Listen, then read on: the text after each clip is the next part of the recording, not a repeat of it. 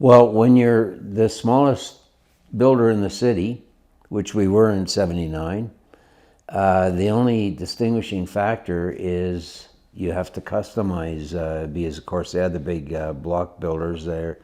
They're doing it by an entire street at a time, so the customizing was the way of distinguishing us from the rest of the people, and of course, as it turns out, we hit the likely the worst time that could ever happen.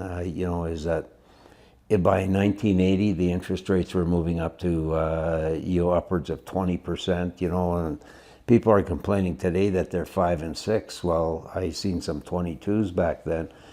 There was one customer that closed up in Edgemont, and I actually felt sorry for him because they had a mortgage of 22%. His payments were over $4,000. Now this is, you got to figure, back 40 years ago, this was an awful lot of money, and yet they were happy with their house. And we could distinguish ourselves from the big guys, because the big guys back then were like the New West, who were building 2,500 homes a year. They were huge, and of course you had the Engineered and E.V. Keith that did the Willow Park and that.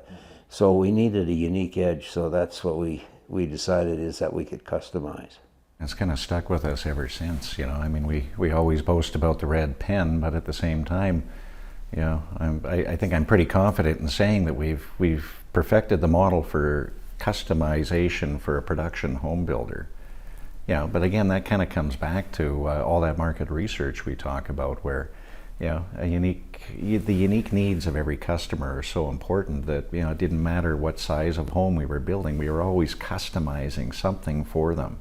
Whether they needed that wall moved another foot, or they needed that that extra bedroom for the kids. We always stuck with that, and it's never really left us.